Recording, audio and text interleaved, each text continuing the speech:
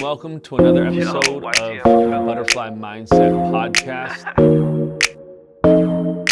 Left late night, what a mess. We woke up and we're still obsessed. Can't keep it straight night and day. We keep it classy, still we stay.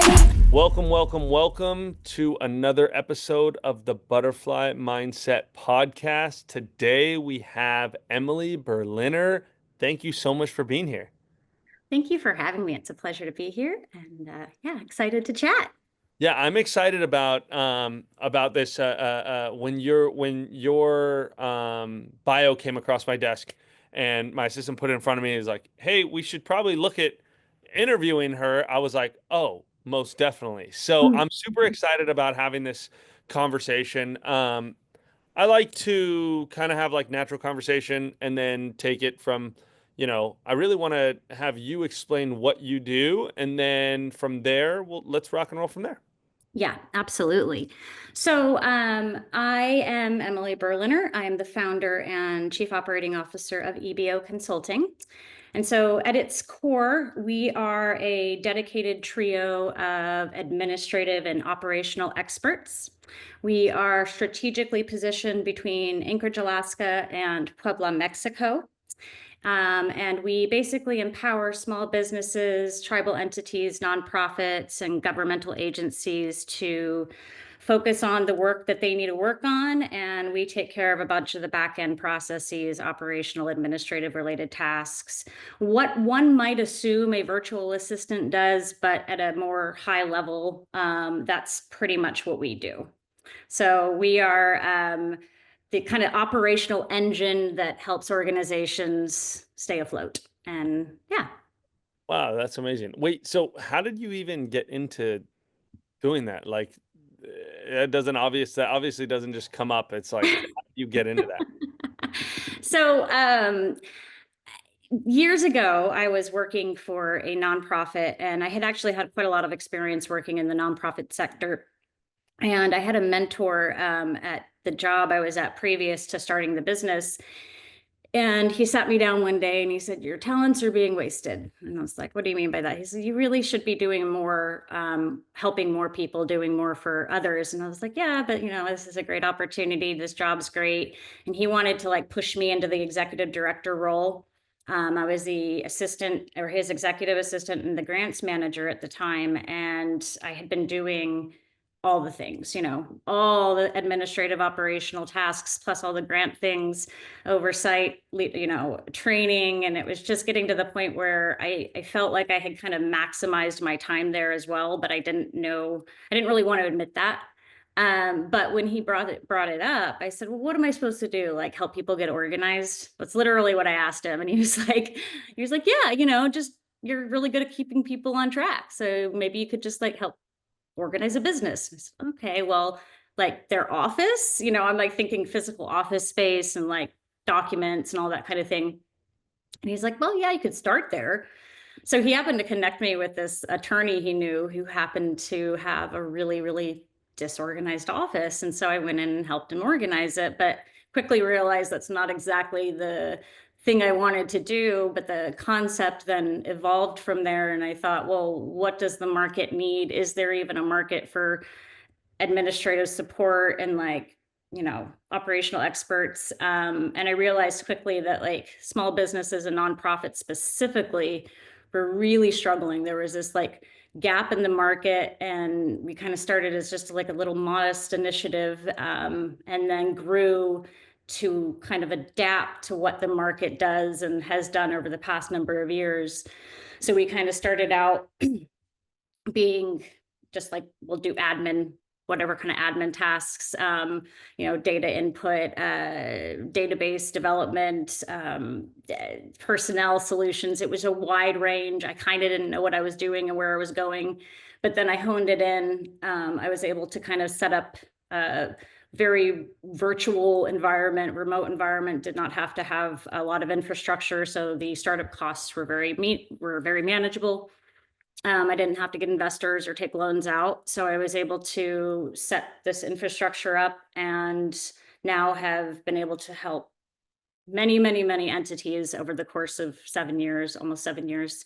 And we've grown to three team members, which to some people might not seem like a big deal, but it was actually a really big deal to grow from the two of us to the third, because we're actually a partnership both in business and in marriage. So my partner is actually my husband, and then my our third party is based in Puebla, Mexico, and she is our marketing and operations director, and my husband Mitch is our CEO.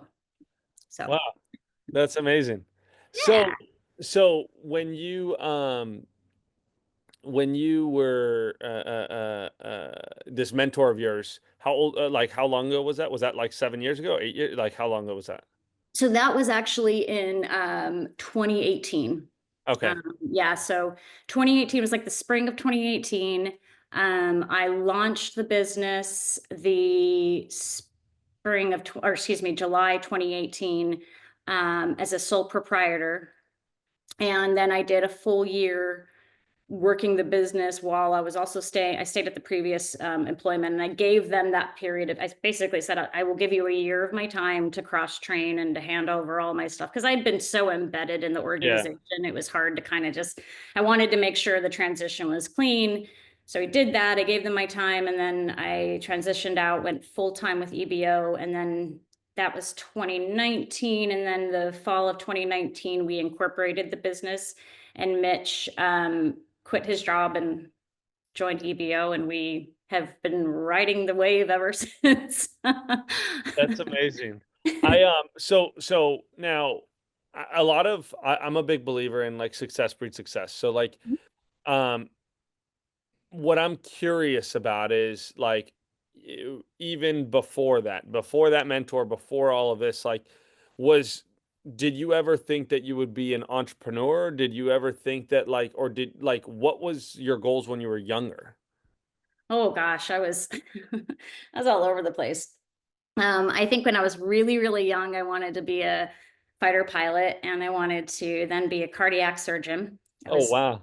I had like the most crazy dreams, and that stemmed from my dad. My dad was in the army, and my brothers ended up going to West Point, and so there was a big military influence in the family. And I thought, and my dad's a physician as well, so I think I just, the world's my oyster at the time. And then as I got older, when I was like in middle school, I kind of thought I wanted to go into like international relations or something along those lines, because I just wanted to see the world and do all the things. Yeah. Um, and then in 2001, I graduated with kind of no plan except knowing I was going to go to college. And I actually took a gap year, and traveled for a year, and ended up visiting the UK toward like the end of my trip, or the end of the year.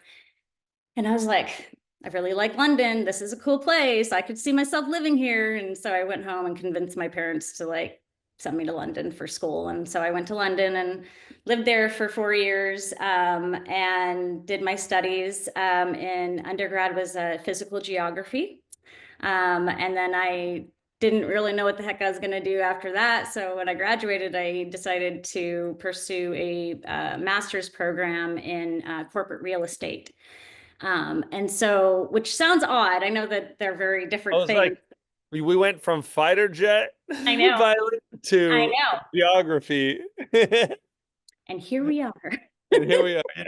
So, So what made you choose what made you choose geography? Like, I think I was okay. I've always been very environmentally conscious, and I think I wanted to just learn more about the planet and the way the world works and the physical nature of our environment and all of that. So geography itself was kind of more just a curiosity.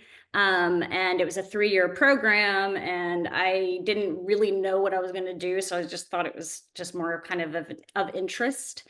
And then obviously got the degree, wondering kind of again what I'm going to do. And what I thought would be an interesting avenue is studying to be in like doing environmental impact assessments for large commercial firms. And I yeah. thought, and working with like developers and stuff. And I thought, well, that's an interesting approach. Maybe I could dig into that.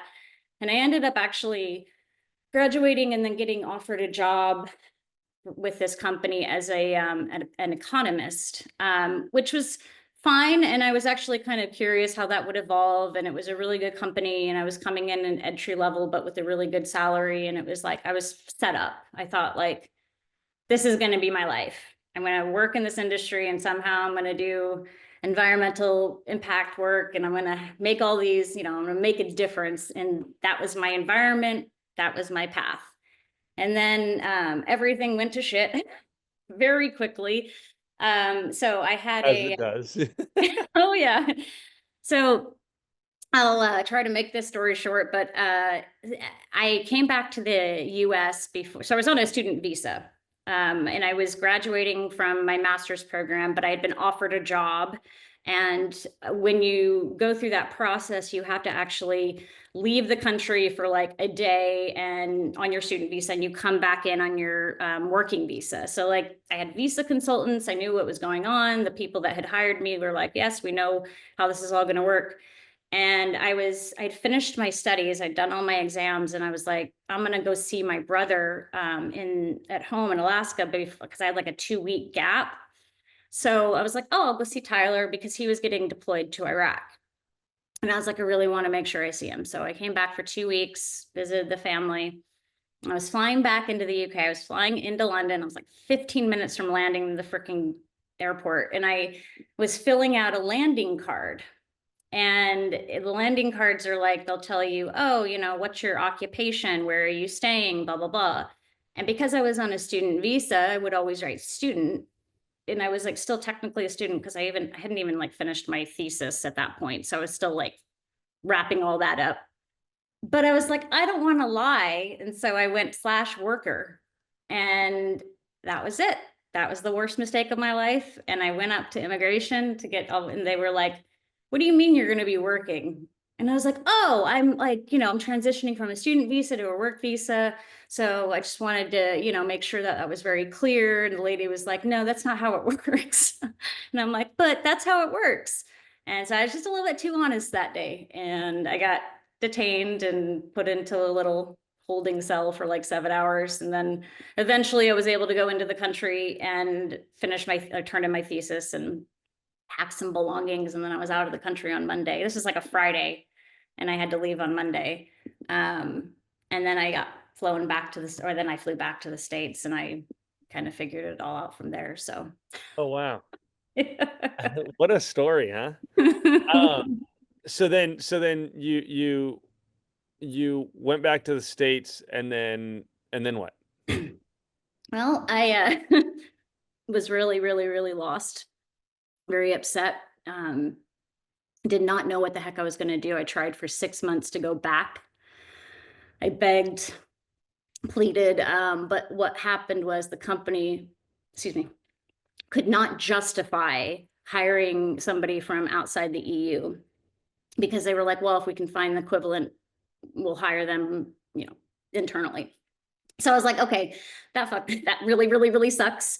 So I stayed in Alaska for like a few months. And then I actually moved to San Antonio, Texas, where my dad was living at the time and my stepmom, my little sister. And I really did not know what I was doing. I just was like, had graduated and had no opportunities at this point. Like I said, I was just going through this really vulnerable, really sad time. I started working for a nonprofit down there and did that for a number of years, let's say number of years, like 2.5 years. And then realized San Antonio was not my cup of tea. And I think that at that point, I then transitioned back up to Alaska and I worked for a number of years for my family business. So my stepdad's actually, he's passed, but he owned and operated a freight and car rental company out in Bethel.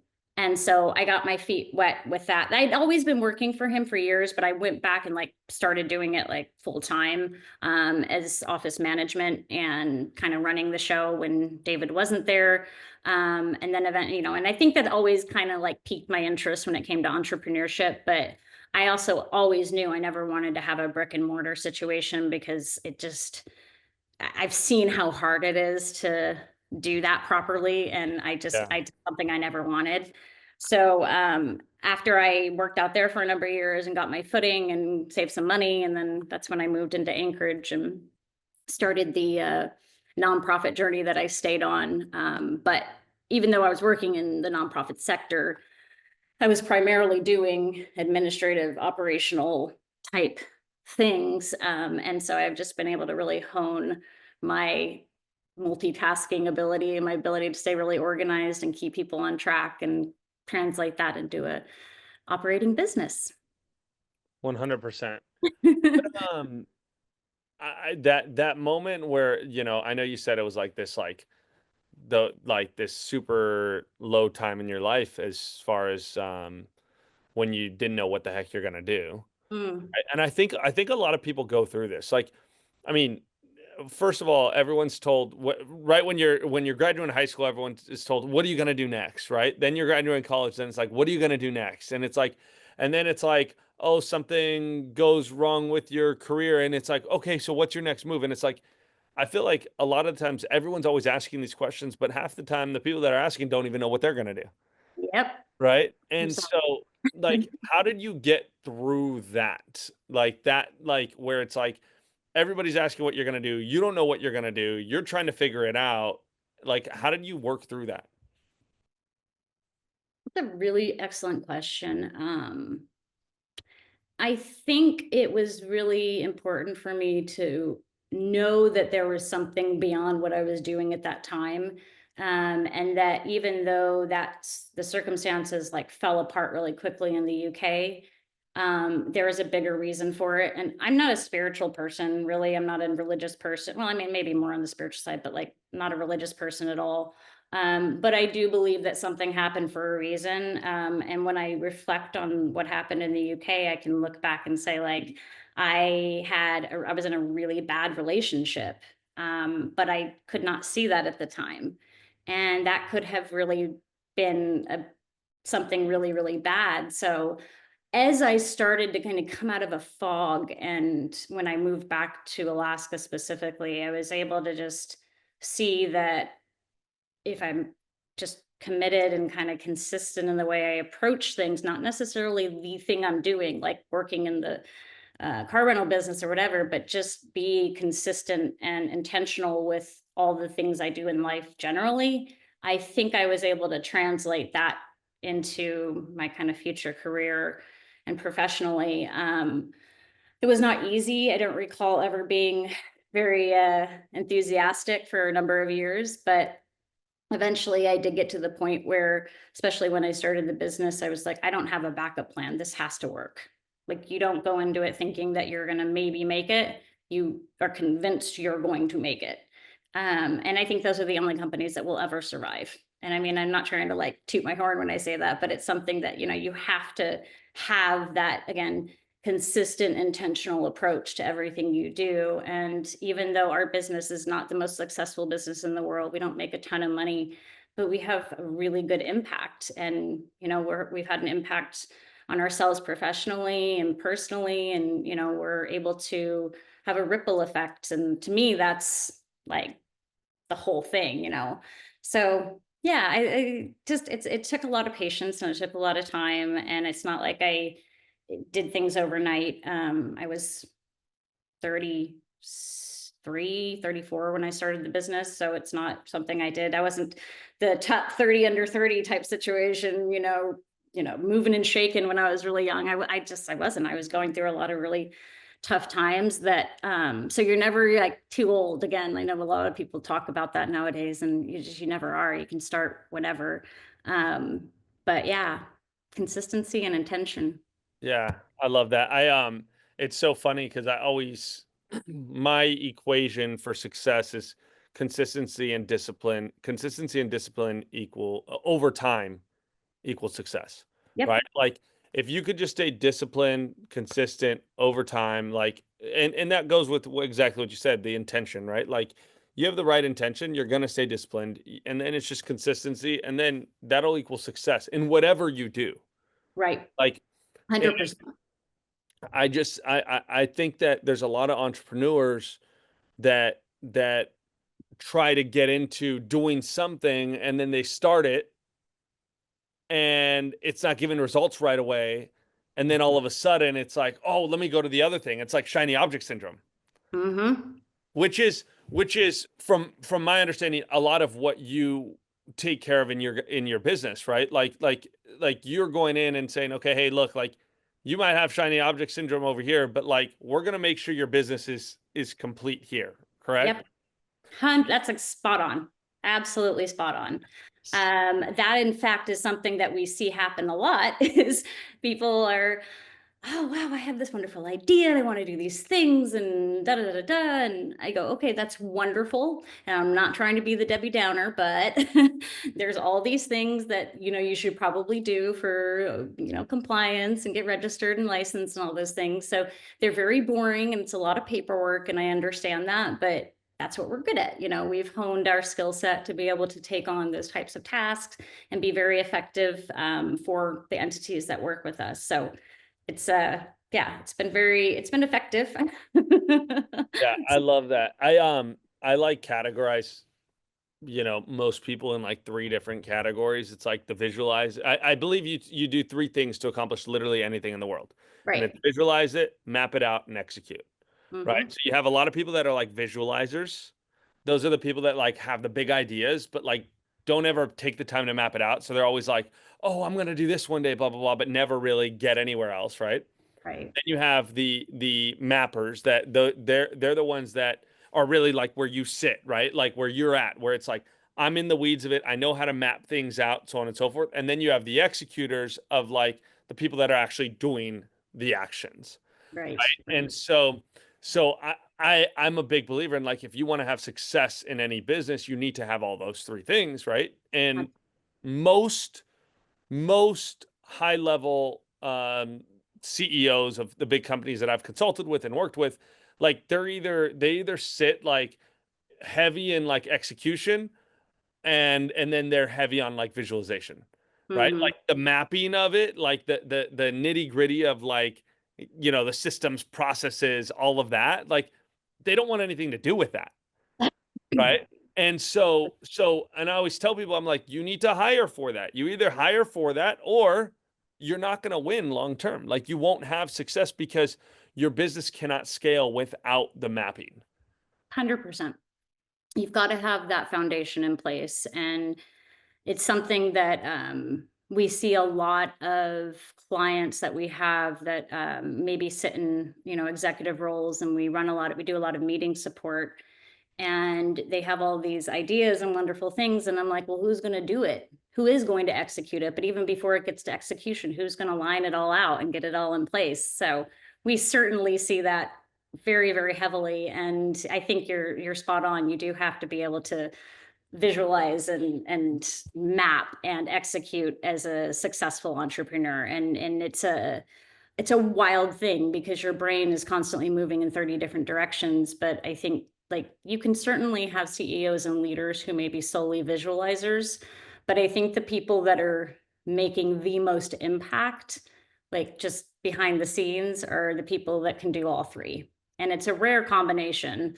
They exist, they're unicorns, but but yeah, no, I love that I love that concept. 100%. Yeah, and like the other piece I do truly believe, and this is why like so like I'm very much um I love systems processes. Like I'm like this thought process that's like I will execute all day long. That's probably why I've done so well in my business in my life is because I'm like sometimes I'm just like ready, fire, aim. You know what I mean? Like I'm just gonna get it done and we're gonna execute. But I do love systems and processes. I always like I also believe like everything that we do is art. Hmm. So like I think we're all artists in our own trait. Like now it doesn't mean that I couldn't do this, Right, right? right, right. But well, when it comes to business, I'm an artist, and I understand that. But an artist needs space to to create, and Hmm. so I find a lot of times like these high performing again entrepreneurs being at the at the highest level of their art, they need space. They can't be in the nitty gritty systems processes. Exactly. That because is they such need a to good point. create the solution and then say, Emily, tell me how to do this, Yeah. you know? Yeah. And so I mean, like it's very interesting in the space that you sit because there's a lot of entrepreneurs that I think that probably just need to reach out to you ASAP, you know? Well, I mean, I think that it's something to at least take into account. Like put that into your frame of mind when you are starting, or maybe you're in the middle of kind of developing your business, that there are going to be a lot of things that you want to keep in line or get in line or be prepared for. And if there's, it can't hurt to even just have the consultation. We don't charge for a discovery session. So even if it's just to get your wheels turning, or maybe you just need some resources, I mean, that's such a big part of what we do. I give away so much time to not give away. I mean, I provide time and resources, at no cost a lot of the time because it's part of the bigger ecosystem of small businesses, right? So yeah, it's just like a kind of uh, I want to have the greater impact is the butterfly effect, right? It I don't have to go big immediately. I have been able to kind of do this, and it's been really impactful and I think really effective. Otherwise, I don't think we would still be doing this after 7 years. So, Well, 100%. I mean, that's the whole concept behind everything that I do. I mean, like the butterfly mindset is like is this thought process of like it's the little things that make the big difference, right? And I mean, also by the way, that's like the biggest hack in life, I believe, is like can you positively impact other people? And then are you positively impacting other people in, whether it's another small business, whether it's another business, whatever it is, like I mean, put it to you this way, the worst that happens, let's say the worst thing that happens, your business blows up. It's like, oh, doesn't happen anymore. right. Like from the impact that you've had with so many different companies, you could make 5 phone calls and you'll have a job. Yeah. Like it's one of the biggest life hacks, right? To be able to like positively impact people because you're passionate about it. Hmm. But at the same time, like while you're doing that, yet while you're quote unquote, or giving away or providing time to these people for the greater impact, and because that's really your purpose, where you feel purpose, like you're winning long term anyways, no matter what. You know what I Absolutely. mean? And I think a lot of people are like short sighted in that, where they might not go and say, hey, yeah, we'll do a free consultation. We'll have a conversation. Let me help you. Let me send you some resources, things like that.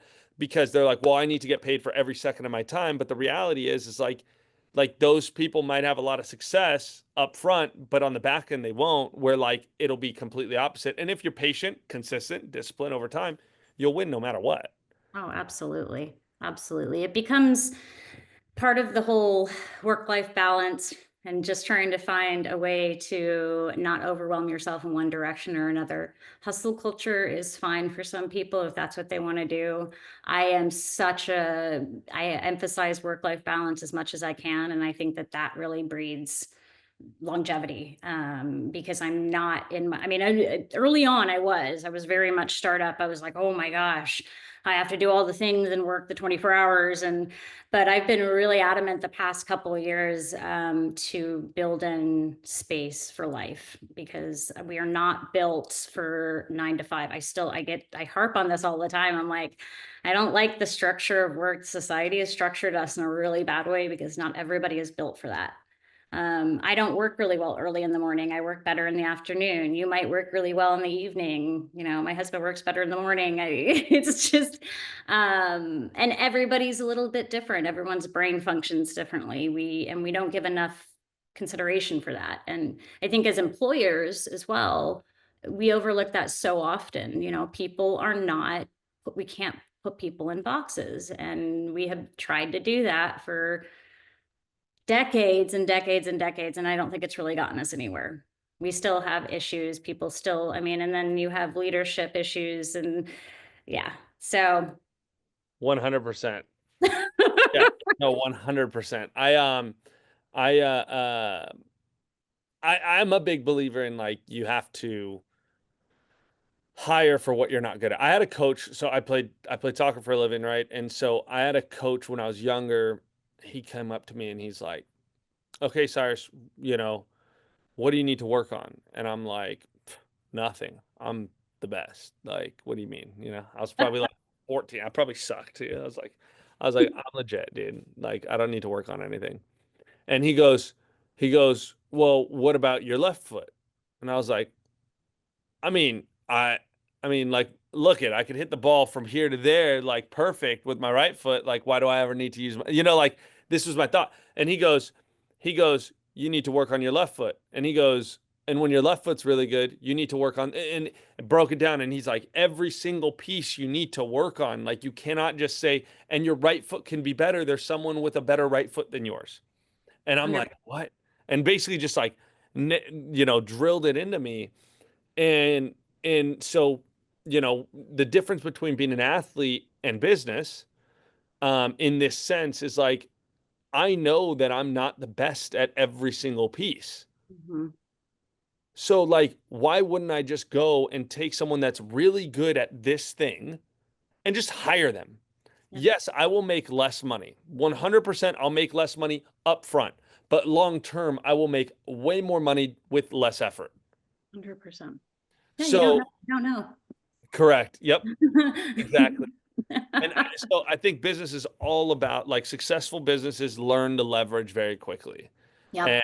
they learn to understand, like they learn to understand, okay, hey, this person's really good at this. Let me ask them, and I will pay to utilize XYZ services to be able to get them into, so I can go from 0 to 60 in 2 seconds versus 0 to 60 in 10. Yep. Right. Um, and I believe that's just getting rid of the ego, which is probably the hardest part as being a human, right? Is like ego. But if we learn to get rid of our egos on a daily basis, then, it's easy for me to say, hey, Emily, I need help, Mm-hmm. versus, oh, I can do what Emily's doing, which 100%. Most people listening to here can probably do what you do, 100%. 100%. which is totally fine. But are you going to do it as efficiently? Are you going to do it as quickly? Are you going to do it, and you go down the list, and it's like, probably not, because you specialize in this, right? Like, in my, one of my companies that I own, when I set it up, I'm like, hey, all you're going to do is paperwork. That is it. You don't touch anything else. If somebody asks you to make a phone call, you don't make phone calls. You do paperwork. Yeah. This person does. And if you learn to, like now, that person, when I hired her, I was probably 20 times better than her at paperwork. Mm-hmm. Now I'm like, how do I do this? Because she is so good at what she does with contracts, right? So it's like, if you can find those people that specialize in what you need or your weaknesses, Mhm. 100% bring them in, hire them as soon as possible, because you're going to go 0 to 60 in 2 seconds versus 10. Yeah. Yeah. So 100%. I have two more questions for you. Sure. Okay. First question is someone is going through what you went through, where, they thought they were going this way, and then all of a sudden it didn't happen. What's one piece of advice you would give them? Don't bury your head in the sand. I know that's it will seem very easy, that like, I really thought I was doing this, and especially if it's something abrupt, stay the course, whatever it is, reevaluate. Remember that, this too shall pass. Just don't bury your head in the sand, because it's very, very, very easy to lose sight of things, and to criticize yourself, and to feel like you failed, and failure comes with it all. I mean, I probably have, for every 10 leads, I might get one bite, even if that, this doesn't ever, things aren't just moving and shaking all the time. So be patient with yourself, and yeah, don't bury your head in the sand. I love that. And then my next question is where can people find you? Where can they connect with you? Yeah, so online, eboconsultinginc.com. We've got all of our contact information there. You can also just email us directly, team@eboconsultinginc.com. We also have a direct office cell, which is 907-830-6201. It's a text and call. So if you're just a text person, you can always text us. We're pretty quick with response. You can also follow us on Instagram, Facebook, and you can find me on LinkedIn. Yeah, and we'd love to hear from you. If you have any questions, needs, or you just want to chat or learn more about me and my amazingness, then you can And go ahead and chat her up. Come on, I'm here, ready to have a conversation. You're awesome. Thank you so much for being on today. I appreciate you so much. Yeah, this has been amazing. Thank you, Cyrus. No problem.